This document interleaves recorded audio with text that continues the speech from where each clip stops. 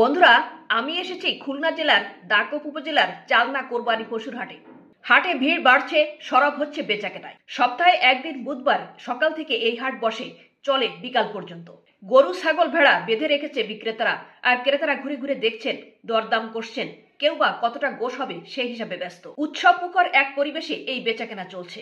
এই হাট অনেক বড় নয়, তবে এই হাটের বেশিরভাগ পশু এখানকার স্থানীয় লোকদের নিজেদের বাড়িতে প্রাকৃতিক পরিবেশে পালা, অর্থাৎ মাঠে ছেড়ে দিয়ে পালা, এবং দেশীয় জাতের। দামও অন্যান্য হাটের তুলনায় একটু কম।